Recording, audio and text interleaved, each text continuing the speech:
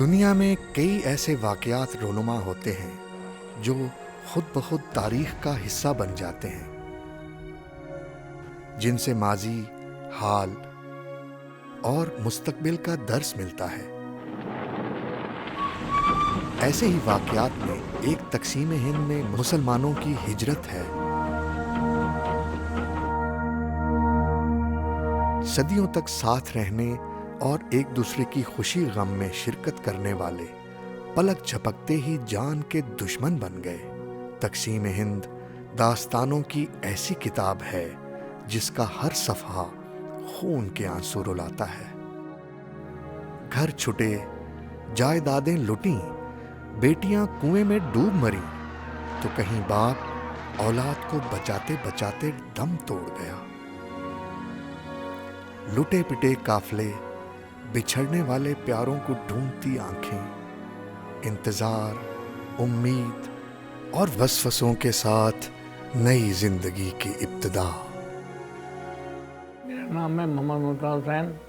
میں انڈیا میں U P میں سے پیدائش ہے میری، اور میں زیادہ تر رہا ہوں بہار میں، کیونکہ میرے والد صاحب سروس میں تھے گورنمنٹ میں، تو ان کا ٹرانسفر وہاں ہو گیا تھا، تو وہاں ہم نے قریب 10-15 سال گزارے ہیں۔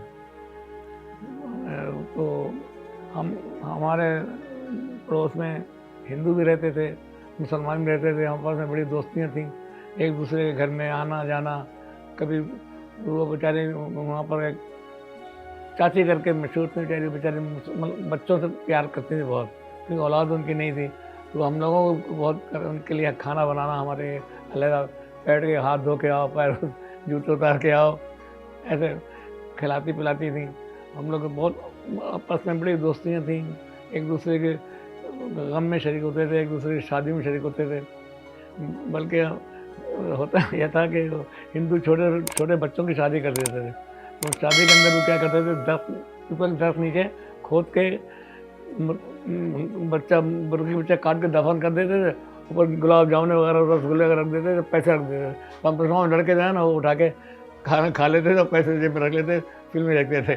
تو وہ لوگ بڑے کہتے تھے کہ تم لوگوں کو بھوت پکڑے گا۔ ہمارے دل میں ایسے بٹھا دیا تھا ہمارے والدہ نے کہ مسلمانوں کو بھوت نہیں پکڑتا ہے، ہم لوگ ڈرتے نہیں تھے۔ درخت نیچے رات کو بہت گھنا درخت تھا، لوگ آتے جاتے نہیں تھے، تو میں ایسا ڈرتا لگتا میں دیکھوں کیسے ہوتے ہیں بھوت۔ ہم جاتے تھے دیکھنے کے لیے، لیکن ہمیں نظر نہیں آئے یہ تھے، اور مطلب بہت اچھا ماحول تھا ہمارا۔ ہمارے ادھر ایک سکھ آ گئے تھے، وہ یہاں پاکستان پہ سے گئے تھے، ان کے پیچھے کچھ لگ گئے تھے یہاں مارنے کے لیے، تو انہوں نے کوئٹہ کے اندر کسی دوست کے یہاں پناہ لی تھی، تو ہم پٹھان مارنے گئے، لیکن انہوں نے ان کو بچایا اور سرحد تک چھوڑ کے گئے۔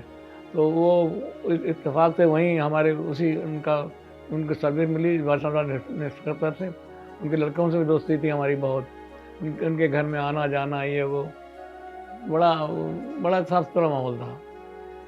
پھر جب جو ہمارا جانے کا والدہ کی ہماری ڈیتھ ہو گئی، یہ ہم اسکول میں جب پڑھتے تھے، اسکول تھا بڑا، تو آدھا ایک مسلمانوں کا تھا، آدھا ہندوؤں کا تھا، لیکن یہ ہے کہ ہندوؤں کے بھی مسلمانوں میں مولوی تھا اور ہندو ٹیچر، تو وہ بعد میں آدھا گھنٹہ وہ ہمارے مولوی کے پاس آگے پڑھتے تھے، تو اردو پڑھتے تھے، اور ہم لوگ جا کے ان کے تھوڑا ہندی پڑھتے تھے، تو اسی طرح سے گزرتا گیا ٹائم۔